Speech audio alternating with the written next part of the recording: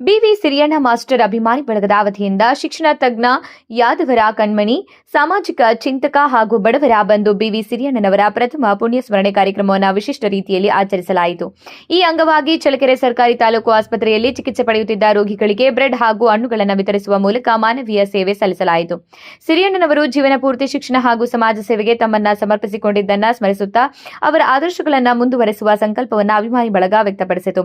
ಕಾರ್ಯಕ್ರಮದಲ್ಲಿ ತಾಲೂಕು ಪಂಚಾಯಿತಿ ಮಾಜಿ ಅಧ್ಯಕ್ಷ ಉಪ್ಪಾರಟ್ಟಿ ಅಜ್ಜಪ್ಪ, ಉದ್ಯಮಿ ರವೀಂದ್ರ ಆಚಾರ್, ಜಿಲ್ಲಾ ಹಿಂದ ರಕ್ಷಣಾ ವೇದಿಕೆ ಅಧ್ಯಕ್ಷ ತಿಪ್ಪೇಸ್ವಾಮಿ, ಗೊಲ್ಲ ನೌಕರರ ಸಂಘದ ಗೌರವ ಅಧ್ಯಕ್ಷ ಪ್ರೊಫೆಸರ್ ಮಂಜುನಾಥ್ ಯಾದವ್, ಮುರಳೀಧರ್, ವಿದ್ಯಾಸಂಸ್ಥೆಯ ಕಾರ್ಯದರ್ಶಿ ಶ್ರೀಮತಿ ಪುಷ್ಪಾವತಿ, ಮಾಸ್ಟರ್ ಪರೀಕ್ಷಿತ್ ರಾಜ್, ದೊಡ್ಡೇರಿ ಮಂಜಣ್ಣ, ಗೋಕುಲ ಪತ್ತಿನ ಸೌಹಾರ್ದ ಸಹಕಾರಿ ನಿಯಮಿತ ಬ್ಯಾಂಕ್ ಮ್ಯಾನೇಜರ್ ಶಶಿಧರ್, ದೇವರ ಮರಿಕುಂಟೆ ಈರಣ್ಣ, ಜುಂಜರಗುಂಟೆ ತಿಮ್ಮಣ್ಣ ಸೇರಿದಂತೆ ಹಲವಾರು ಜನ ಉಪಸ್ಥಿತರಿದ್ದರು. ಹಾಗೆ ಪುಣ್ಯಸ್ಮರಣೆ ಕಾರ್ಯಕ್ರಮವು ಸೇವೆ ಮತ್ತು ಮಾನವೀಯತೆಯ ಸಂದೇಶವನ್ನು ಸಾರಿದ ಉದಾಹರಣೆಯಾಗಿ ಮೂಡಿಬಂದಿತು.